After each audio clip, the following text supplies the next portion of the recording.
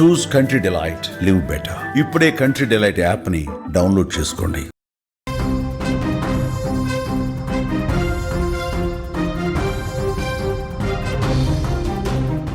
గొర్రె కసాయివాడినే నమ్ముతుంది అంటారు. ఆ గొర్రె కసాయివాడిని నమ్మి ఆ కసాయివాడి చేతిలోనే బలవుతుంది. అదేవిధంగా అమాయక మహిళలు, అలాగే తెలివైనటువంటి మహిళలు కూడా మోసగాళ్ల చేతిలోనే మోసపోతుంటారు. అలా తమ కుటుంబాలని రోడ్డు మీద పడేసుకుంటారు, కోట్ల రూపాయలను కూడా నష్టపోతుంటారు. అలాంటి ఒక ఇన్సిడెంటే మళ్ళీ ఇప్పుడు వెలుగు చూస్తుంది. ఆ వివరాలేంటో కూడా చెప్పే ప్రయత్నం చేస్తాను. తనను నమ్మించి పెళ్లి చేసుకొని 28 కోట్లతో రెండో భర్త పరారయ్యాడంటూ ఓ మహిళ చిత్తూరు ఎస్పీని ఆశ్రయించిన ఘటన స్థానికంగా ఇప్పుడు హాట్ టాపిక్గా మారిపోయింది. 25 సంవత్సరాల కిందట చిత్తూరు జిల్లా రామకుప్పం మండలం రాజుపేటకు చెందిన నాగమణికి బెంగళూరుకు చెందిన వెంకటప్పరెడ్డితో వివాహమైంది. వీరికి ఒక మగ సంతానం కూడా కలిగారు. అయితే 15 సంవత్సరాల క్రితం నాగమణి కొడుకు రోడ్డు ప్రమాదంలో మృతి చెందగా భర్త ఇటీవలే అనారోగ్యంతో చనిపోయాడు. అటు కొడుకు ఇటు భర్త ఇద్దరు చనిపోవడంతో నాగమణి ఒంటరిగా మిగిలిపోయింది. ఆయన ఒంటరితనాన్ని దూరం చేసుకునేందుకు రెండో పెళ్లి చేసుకోవాలని నిర్ణయించుకుంది. ఇందుకోసం పెళ్లిళ్ళ బ్రోకర్ జమునను నాగమణి ఆశ్రయించింది. తనకు ఒంటరిగా ఉన్నాను, సో నేను పెళ్లి చేసుకునే వ్యక్తి ఎలా ఉండాలంటే అంటూ ఇలా కండిషన్స్ను పెట్టసాగింది నాగమణి. ఈ నేపథ్యంలోనే బంగారుపాలెం మండలం శేషపురానికి చెందిన శివప్రసాద్కు నాగమణి వివరాలు చెప్పింది. అయితే తనకు భార్యాపిల్లలు లేరని నమ్మించి ఒంటరిగా ఉంటున్నానంటూ నాగమణిని 2022లో తిరుపతిలో పెళ్లి చేసుకున్నాడు శివప్రసాద్.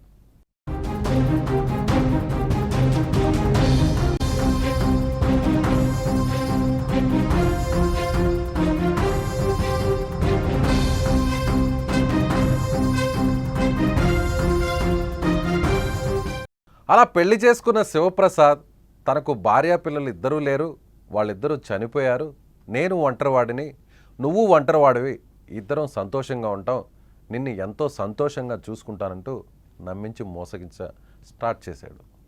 ఇక కొన్నాళ్ళ పాటు వీరిద్దరూ సంసారం సజావుగానే సాగింది. అయితే అప్పటికే నాగమణి ఆస్తిపై కన్నేసిన శివప్రసాద్ తనకు ఆర్బీఐలో 1700 కోట్ల రూపాయలు వస్తాయని, అయితే అవి రావాలంటే 15 కోట్లు ముందుగా ట్యాక్స్ రూపంలో కట్టాలంటూ నాగమణిని శివప్రసాద్ నమ్మించాడు. ఇలా అతను ట్రాప్లో పడిన నాగమణి తర్వాత ఆమె దగ్గర నుంచి 3 కోట్ల రూపాయలను వేరే వాళ్లకు ట్రాన్స్ఫర్ చేయించాడు శివప్రసాద్. ఇక అంతటితో ఆగిపోకుండా ఆమెకు సంబంధించిన 10 కోట్ల విలువ చేసే భూమి, బెంగళూరులో 15 కోట్ల విలువ చేసే బిల్డింగ్ను కూడా అమ్మేశాడు. సీన్ కట్ చేస్తే ఆర్బీఐ నుంచి వస్తుందన్న డబ్బు విషయంలో ఇద్దరి మధ్య రోజు రోజుకు గొడవ పెరిగిపోయింది. ఇదే విషయంపై శివప్రసాద్ను నాగమణి నిలదీసింది. దీంతో అతను ఇంటి నుంచి ఒక్కసారిగా తుర్రుబన్నాడు. అయితే అతన్ని వెతుక్కుంటూ వెళ్ళిన నాగమణికి శేషాపురంలో శివప్రసాద్కు భార్య, కూతురు ఉన్నట్లు గుర్తించింది. దీంతో తనకు న్యాయం చేయాలంటూ చిత్తూరు జిల్లా ఎస్పీని ఆశ్రయించింది నాగమణి.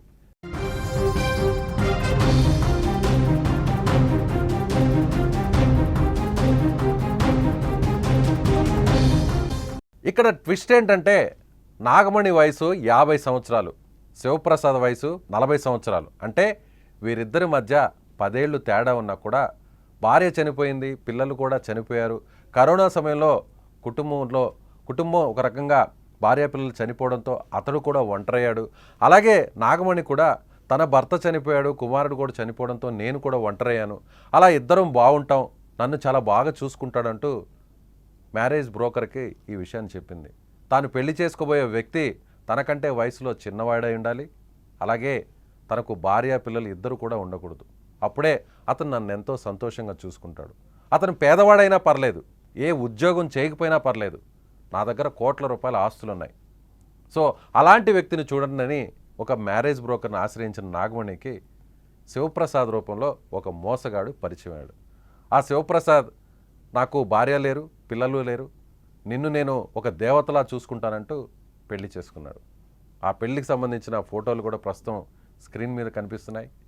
ఆ పెళ్లికి సంబంధించిన ఫొటోస్ అన్నిటిని కూడా పోలీసులకు, అక్కడున్న మీడియా వాళ్ళకు కూడా చూపిస్తున్నారు. ఆ పెళ్లికి సంబంధించిన ఆల్బమ్ చూస్తే, అంటే ఎలా నమ్మించాడో చూడండి. తనకు భార్య చనిపోయింది, పిల్లలు కూడా లేరు, కుటుంబం అంతా కరోనా సమయంలో ప్రాణాలు పోగొట్టుకున్నారు కుటుంబ సభ్యులు. సో నేను కూడా నీలాగే ఒంటరివాడిని, నేను కూడా ఒక తోడు కోసం ఎదురు చూస్తున్నాను, ఆ తోడు నువ్వే, నిన్ను దేవతలా చూసుకుంటా, అపురూపంగా ఆరాధిస్తా అంటూ నమ్మించసాగాడు. కేవలం నాగమణిని ఆశ్రయించడానికి కారణం నాగమణి దగ్గర కోట్ల రూపాయల ఆస్తులు ఉన్నాయి. నాగమణి దగ్గరున్న కోట్ల రూపాయల ఆస్తులను ప్రేమ పేరుతో లేటు వయసులో భర్త క్యారెక్టర్ను పోషిస్తున్న శివప్రసాద్ ప్రేమ పేరుతో ఆమెను నమ్మించి, ప్రేమ పేరుతో అనాలో లేదంటే లేటు వయసులో చేసుకున్న పెళ్ళి అనాలో అర్థం కావట్లేదు. మీరేమనుకుంటున్నారు? ఎస్, దానికి ముందు అక్కడ జరిగినటువంటి ఈ ఘటనకు సంబంధించిన డీటెయిల్స్ని తెలుసుకునే ప్రయత్నం చేద్దాం. మా చిత్తూరు జిల్లా సుమన్ టీవీ ప్రతినిధి మంజునాథ్తో మాట్లాడదాం. మంజునాథ్, చెప్పండి, అసలు పెళ్ళి ఎలా జరిగింది? ఆమె పోలీసులకు ఇచ్చినటువంటి కంప్లైంట్లో ఏం ఫిర్యాదు చేసింది? ఈరోజు ఉదయం అయితే చిత్తూరు జిల్లా ఎస్పీ గారి కార్యాలయం వద్ద బెంగళూరుకు చెందిన ఒక మహిళ, నాగమణి అనే మహిళ ఫిర్యాదు చేయడానికి వచ్చింది. ఆ ఫిర్యాదు ఏమంటే, తాను బెంగళూరులో ఉంటున్నానని, తనకు 25 సంవత్సరాల క్రితం వివాహమైంది. అయితే ఇటీవల కాలంలో వరుసగా తన కొడుకును, తన భర్తను కోల్పోయి ఒంటరిగా జీవిస్తున్న ఈ వయసులో తనకు ఎవరో ఒకరు తోడు ఉండాలని, తనకు వివాహం కావాలని చెప్పేసి చిత్తూరుకు చెందిన పెళ్లిళ్ల బ్రోకర్ జమునాను సంప్రదించింది.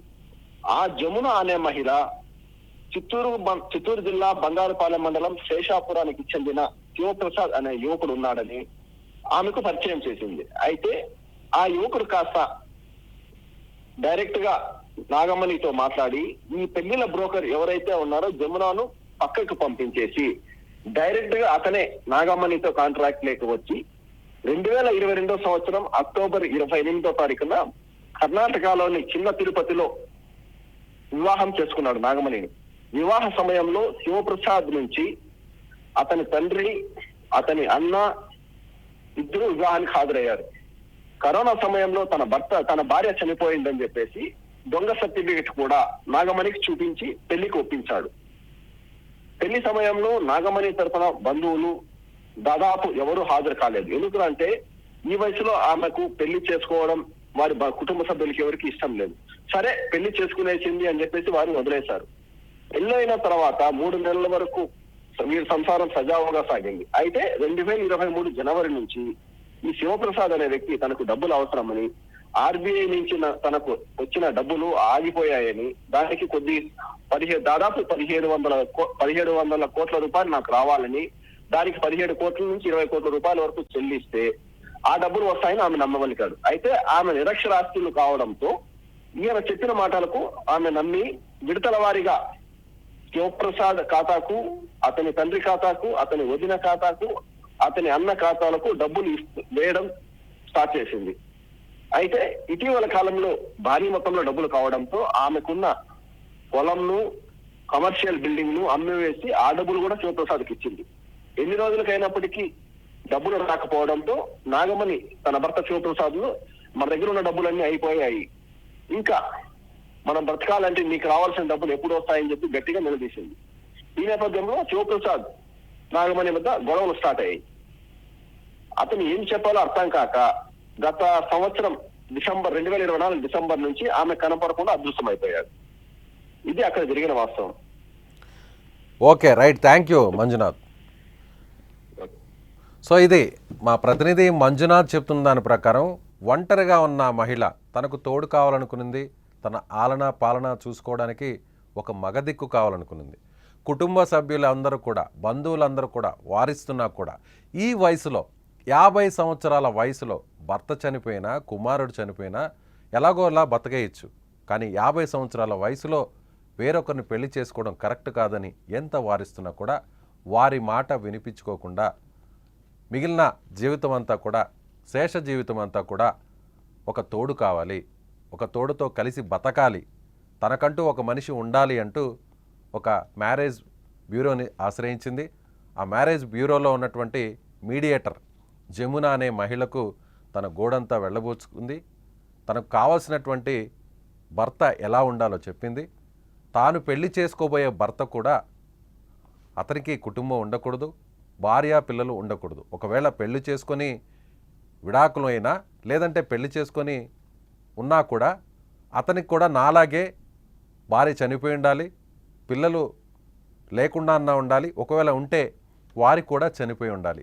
ఇలాంటి కండిషన్స్ని చెప్పడంతో తనకు అనుకూలంగా మలుచుకున్నాడు మోసగాడు శివప్రసాద్. జమున ఈ వివరాలన్నింటినీ ఆ జిల్లాలోనే ఉన్నటువంటి శివప్రసాద్కి చెప్పడం జరిగింది. సో బైపాస్లో జమునతో సంబంధం లేకుండా నేరుగా నాగమణిని సంప్రదించాడు శివప్రసాద్. అలా ఆమెతో కళ్ళబుల్లి మాటలు చెప్పి వివాహం చేసుకున్నాడు. ఆ వివాహం కూడా ఈ ప్లాన్లో, ఈ పక్కా ప్లాన్లో కేవలం శివప్రసాద్ ఒక్కడే కాదు మోసగాడు. శివప్రసాద్కి సంబంధించిన ఎంటైర్ ఫ్యామిలీ ఒక పెద్ద డ్రామానే నడిపింది. సినిమాలో ఇలాంటి ఇన్సిడెంట్స్ చూస్తుంటాం, కానీ ఇప్పుడు రియల్ లైఫ్లో కూడా ఇలాంటి ఇన్సిడెంట్స్ చూస్తున్నాం. సో శివప్రసాద్తో పాటు అతని తండ్రి, అతని సోదరుడు, సోదరుడి భార్య వదిన వీళ్ళందరూ కూడా వివాహానికి హాజరయ్యారు. నాగమణిని నమ్మించారు. తనకు 100 కోట్ల రూపాయల ఆస్తులు ఉన్నాయి, తనకు కూడా ఆర్బీఐ నుంచి రావాల్సినటువంటి డబ్బులు చాలా పెండింగ్ ఉన్నాయి, అవి కూడా కోట్ల రూపాయలు. అవి మనకు రావాలంటే, మనం ఇంకా సంతోషంగా ఉండాలంటే ఇప్పుడు నీ వద్దున్న కోట్ల రూపాయలే కాదు, 100 కోట్ల రూపాయలు మనకు తోడయ్యాయంటే మన జీవితం ఇక సుఖమయం, మన జీవితం ఎంతో లగ్జరీగా ఉండబోతుంది, ఎవరు ఊహించని విధంగా మనం ఎంతో ఆనందంగా గడపబోతున్నాం అంటూ నమ్మించాడు. అలా చదువుకోకపోవడం, నిరక్షరాస్యులు కావడం, ఇక్కడ నాగమణికి చదువు రాకపోవడం కూడా ఈ మోసగాడికి, ఈ మోసగాడి కుటుంబానికి కలిసి వచ్చింది. సో తన దగ్గరున్న ఫేక్ డాక్యుమెంట్స్ని చూపించాడు. తనకు పెళ్ళయి పిల్లలున్నా కూడా వారందరూ కూడా చనిపోయినట్టుగా నకిలీ పత్రాలని సృష్టించాడు. అవి ఆమెకు చూపించి నమ్మించాడు. పెళ్ళైన 3 నెలల నుంచే ఈ కట్టు కథను అల్లడం స్టార్ట్ చేశాడు. అలా ఒక్కొక్క కోటి ఇలా తన అకౌంట్లోకి, తన తండ్రి అకౌంట్లోకి, తన అన్న వదిన అకౌంట్లోకి ట్రాన్స్ఫర్ చేపిస్తూ వచ్చాడు. చివరకు నాగమణికి సంబంధించిన పొలాన్ని కూడా అమ్మించి, అమ్మడం ద్వారా వచ్చిన అమౌంట్ను కూడా తన అకౌంట్లో వేసుకున్నాడు. అంతేకాదు బెంగళూరులో ఉన్న ఒక అపార్ట్మెంట్ కూడా అమ్మించాడు. ఆ ప్రాపర్టీకి సంబంధించిన అమౌంట్ను కూడా తన అకౌంట్లో వేయించుకున్నాడు. ఇలా కోట్ల రూపాయలు వస్తాయనే ఆశ కావచ్చు, తాను ఒంటరిగా ఉన్నాను, వేరే ఒకరు తోడు కావాలి అని అనుకునేటువంటి నిర్ణయం కావచ్చు, ఇప్పుడు నాగమణిని బోర్లా కొట్టేలా చేసింది. సో ఇప్పుడు నాగమణి ఒక్కసారిగా భర్తను నిలదీయడంతో భర్త అక్కడి నుంచి తుర్రుమన్నాడు, పారిపోయాడు. తీరా భర్త గురించి ఆచూకీ తెలుసుకునే ప్రయత్నం చేస్తే షాక్ అయింది. ఇన్నాళ్ళు నమ్మిన వ్యక్తి నేను, దాదాపు 2 సంవత్సరాలు వీరి ప్రయాణం కొనసాగింది. సో అన్నీ తానే అనుకున్న తన భర్తకు వేరే మహిళ కూడా ఉంది, పెళ్ళై ఉంది, భార్య ఉంది, పిల్లలు కూడా ఉన్నారు. ఇవన్నీ దాచిపెట్టి నన్ను కుటుంబంతో సహా మోసం చేశారు అంటూ వాస్తవాలు తెలుసుకొని పోలీసులను ఆశ్రయించింది నాగమణి. సో చాలామంది మహిళలు కోట్ల రూపాయల ఆస్తులున్నా కూడా ఒంటరిగా ఉండడం తట్టుకోలేక, ఒంటరి జీవితాన్ని గడపలేక వేరే ఒక తోడు కావాలి, చివరి దశలో ఇంకా వయసు మీరితే అనారోగ్య సమస్యలు వచ్చినా, ఏదన్నా మంచాన పడినా ఒక తోడంటూ ఉంటే జీవితం, శేష జీవితం ప్రశాంతంగా సాగుతుంది అనేటువంటి ఒక ఆలోచనతో ఇలాంటి మోసగాళ్ళు, ఇలాంటి మాయగాళ్ళ చేతిలో చిక్కుకొని చాలామంది విలువలాడుతున్నారు. అలాంటి సంఘటనే ఇది తాజాగా వెలుగు చూసింది. ప్రస్తుతం 50 ఏళ్ల వయసులో ఈమె పెళ్లి చేసుకోవడం కరెక్ట్ కాదని కుటుంబ సభ్యులు వారించినా ఆమె వినిపించుకోకుండా పెళ్లి చేసుకుంది. ఇప్పుడు అదే కుటుంబ సభ్యులు, ఇప్పుడు అదే బంధువులు ఈమెని పట్టించుకోకుండా వదిలేశారు. వద్దని చెప్తున్నా కూడా రెండో పెళ్లి చేసుకుంది, ఈ వయసులో చేసుకుంది, మనకెందుకు అని పట్టించుకోకుండా వదిలేశారు. ఇప్పుడు ఆ బంధువులే, ఆ కుటుంబ సభ్యులే చెప్పినా వినిపించుకోకుండా ఇలా చేశావు కాబట్టి నీకు ఇలాంటి పరిస్థితి వచ్చింది అంటూ సూటిపోటి మాటలతో ఓవైపు ఆమెను ఇబ్బంది పెడుతున్నారు. సో చూశారుగా, చాలామంది మహిళలు ఇలాంటి మోసాలకు గురవుతున్నారు. అందులో నాగమణి ఉదంతం ఒకటి. మీరేమనుకుంటున్నారు? నాగమణి స్టోరీ విన్నాక, నాగమణి పరిస్థితి చూశాక, కోట్ల రూపాయలతో పరారైనటువంటి శివప్రసాద్ గురించి, వారి కుటుంబ సభ్యుల ప్లాన్ గురించి, పక్కా ప్లాన్ గురించి, లేటు వయసులో భర్త క్యారెక్టర్ ఖాళీగా ఉందని తెలుసుకున్న ఈ మోసగాడు శివప్రసాద్ కొన్ని నెలల పాటు భర్తగా నటించాడు, కాదు జీవించాడు. 28 కోట్ల రూపాయలతో పరారయ్యాడు. ఇలాంటి ఇంట్రెస్టింగ్ న్యూస్ అప్డేట్స్ కోసం Suman TV live, Suman TV digital లైవ్ను వాచ్ చేయండి.